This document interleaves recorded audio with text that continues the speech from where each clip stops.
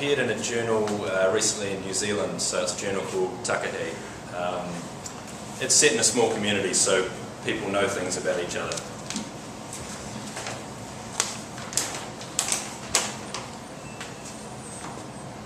Mickey Martin was sitting in church between his big brother Johnny and their mother, swinging his short legs and occasionally kicking the pew in front of him. The priest's voice filled the dusty church, but it didn't make much sense to Mickey. Some of the words settled in his mind, but others disappeared like water down the drain. The priest said something about storing treasure in heaven. Did that mean money? Mickey wondered how you'd get it up there. He bowed his head and thought about it, his black hair falling forward over his eyes, and decided he didn't have much in the way of treasure anyway. He flicked his fringe back and looked up at the tall windows. The filtered sunlight seemed to mix with the words of the priest, and the soup of sound and light made Mickey sleepy. He felt a delicious heaviness in his arms and legs, like his blood had turned to treacle. Mickey's mum reached down without looking and touched him lightly on the shin. His foot stopped mid-swing before it could hit the pew again, like the dangly bit in the grandfather clock being stopped by hand. Mickey glanced at the patched knees of his jeans, then up at his mum. She was looking towards the front of the church with her head on a funny angle, like she was listening to every word. Mickey wondered whether he should too. He might find out more about heaven and how you could store your treasure there. He peeked across at Johnny, who was slouching, his head bent forward and his eyes fixed on a plastic bottle top he turned over and over in his hands. Further along the pew sat Mrs. Kilbride, an older woman. Her face was wrinkly with little lines that looked like dry creeks running down to her mouth. Old as the hills, Mickey's dad might have said. Mrs. Kilbride's head began to turn towards Mickey, and he quickly looked away, feeling like he'd done something naughty, although he didn't know what. Mickey was slipping back into his daydream when something rattled. His slow eyes followed the sound. It was the collection basket, looking like the head of a big bug creeping along the gap between the pews. It stopped in front of Mickey's mum, and she reached into the pocket of her shiny black trousers, the one she always wore to church, and pulled out some gold coins. They jangled together as they hit the basket, with a sound that made Mickey jump. His gaze fell on the basket. There was a small pile of change on top of 3 or 4 notes, a basket full of treasure. And among the coins and notes there was a thread of white fluff, like a dandelion blown on the wind. It stood out among the notes and coins, a funny little thing to find amid the rigid order of church. It seemed to belong more to Mickey's daydream than to the world of the priest. The basket was moving along the row again, and Mickey slowly reached forward as it did, his eyes fixed on the twisted thread of fluff. He picked it from among the notes and held it in his lap. He twirled it in his hands. He thought of the twirled ends of a man's moustache from the olden days and smiled. The priest's voice receded and the dust danced in the shafts of sunlight. Mickey didn't feel like he was in church anymore, but soon there was something dragging him away from his dream. Someone's eyes were on him. He felt it like a draft. He lifted his head slightly in the direction of the imaginary breeze. It was Mrs. Kilbride. She frowned and narrowed her eyes, throwing the lines and wrinkles of her face into a new pattern, like a crumpled map. Mickey stashed the fluff in his pocket as she shook her head slowly. The treacle in Mickey's veins melted, and his daydream disappeared. He waited nervously for the end of the service. Finally, the priest stopped talking, and the adults stood up, surrounding Mickey like a forest of tall trees. He felt like a stoppered bottle of fizzy drink. Mickey's mum stood up and shuffled towards the aisle.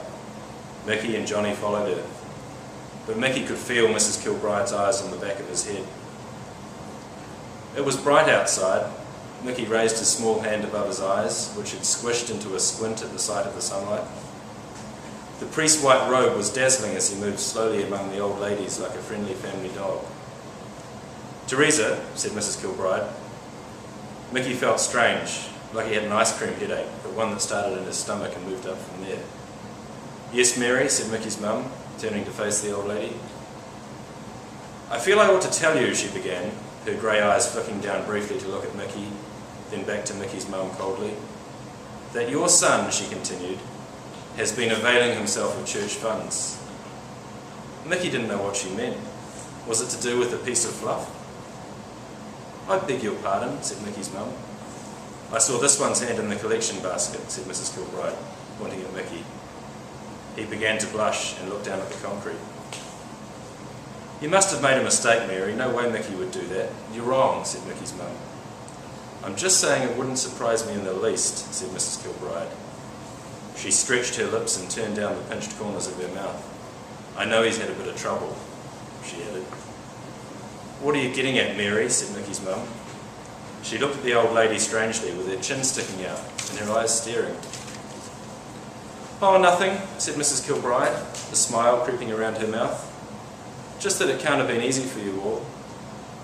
And I suppose the apple doesn't fall far from the tree." A long second passed.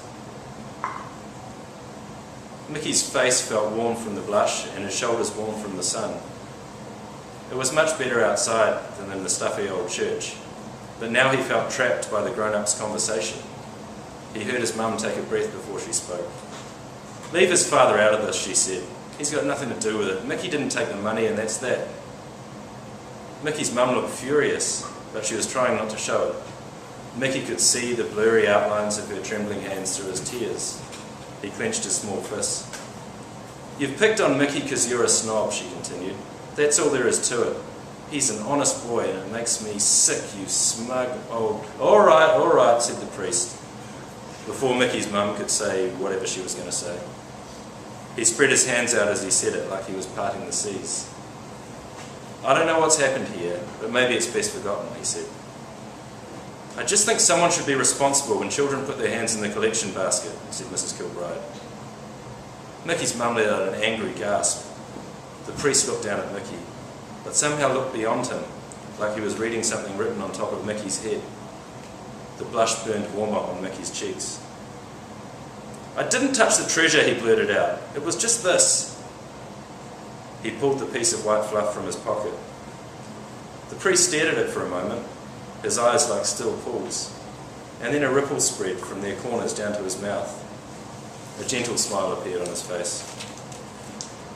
"I think it's just a misunderstanding, Mary," he said to Mrs. Kilbride. She opened her mouth like she was going to say something mean, but it didn't come out. "I'm not sure, Father," she muttered eventually, before shuffling off to join a group of other ladies further along the path. Mickey felt funny now she was gone. He wasn't scared anymore, but he started to sob. His mum put her arm around his shoulders and drew him to her. "And what do you boys plan to do this afternoon?" asked the priest, looking down at Mickey and Johnny. Mickey remained silent and leaned closer to his mum. "Not sure," said Johnny, looking at the priest suspiciously. "I think we're just going to go home, Father. I expect the boys will want to be outside on a day like this," said Mickey's mum.